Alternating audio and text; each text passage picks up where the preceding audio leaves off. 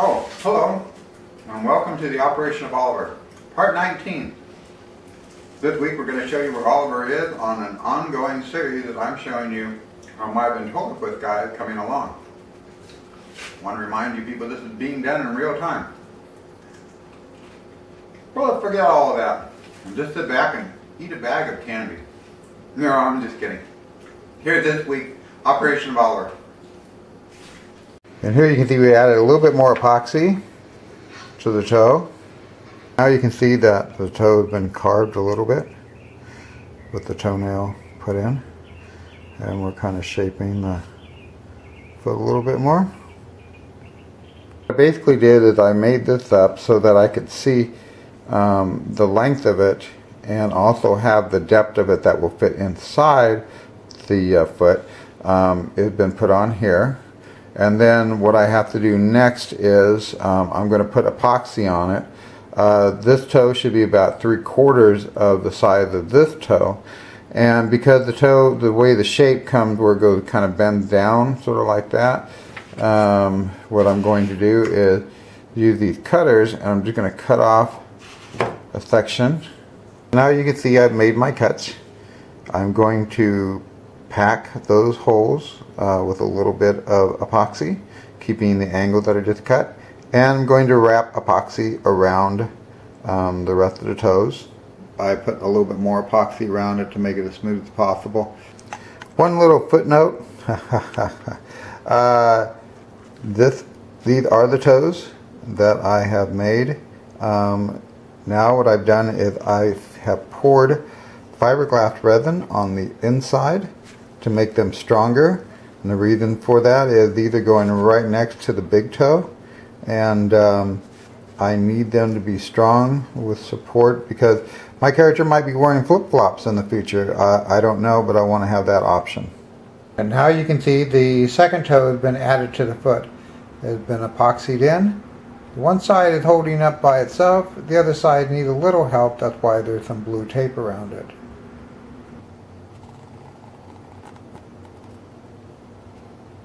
You can see the next toe has been placed on him, and now we're going to have to make the little one. What we're going to do is we're making one a little bit smaller, is what I did, and even then I even cut it on the edge. See how it's been cut down a little bit there? Okay, because we're going to have to drill a hole in the side.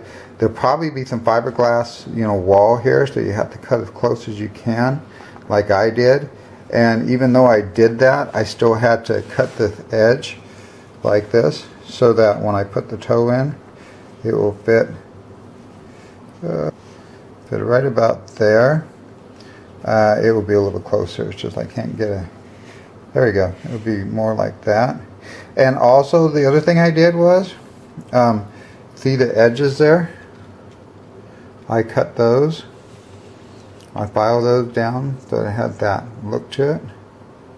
And then the end of the toe here, we're actually going to kind of file that too once I get this piece onto it. And we'll go from there. Here, to give you more of an idea, this is what I would have used that is on the right, and not the size I did make it on the left.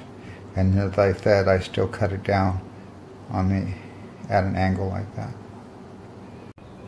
Okay, so now you can see the last toe has been added. You can see this is the copper wire that I just used to hold the toe in place while it was drying. This is the back side of it. And you can see how the toes are shaped. I'm going to shape a little bit more on that.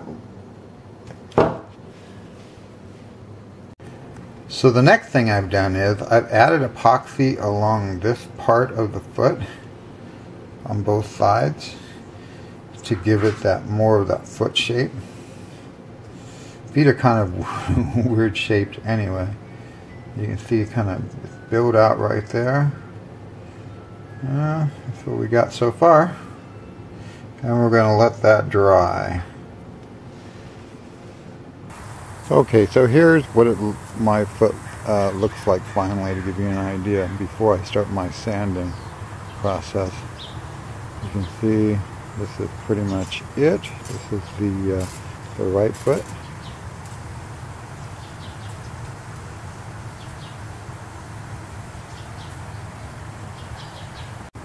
And this is the left foot. See the shape I've given it?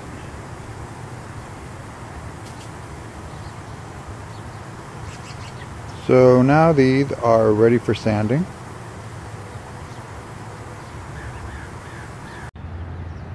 Okay, what I wanted to show you was I use the 120 sandpaper that takes it off pretty fast, and the 120 sandpaper is basically that of made for sanding down drywall. That's why it has this look to it.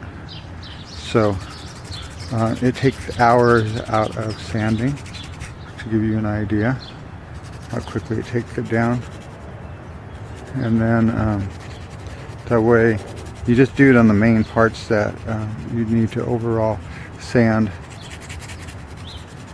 a broad section at a time. See how fast that starts to take it down.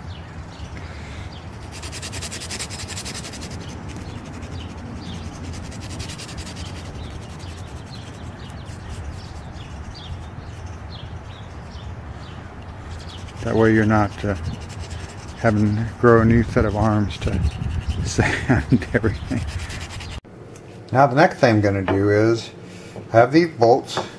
What I've done is I've filed down the epoxy to make sure that that washer is cleared. And then what I'm going to be doing is I need to make a cap. So of course I've taken my favorite paper, glued it together. I'm going to put some fiberglass, of course, resin on the inside and the outside of this, and I'm going to cut this down to fit. Hey, if you liked what you saw today, don't forget to like and subscribe, and leave comments below. I do try to get back to each and every one of you and see what your comments are. There was one guy who said I had inspired him, and he was making his character, as I'm hoping many of you are, and I hope it's helping you out. So don't forget to leave me a comment or put up pictures on your channel. It'd be great to see of what you're doing with your character stuff. Start your own series. That'd be great to see. So we'll see you next time. Thanks for tuning in. Bye.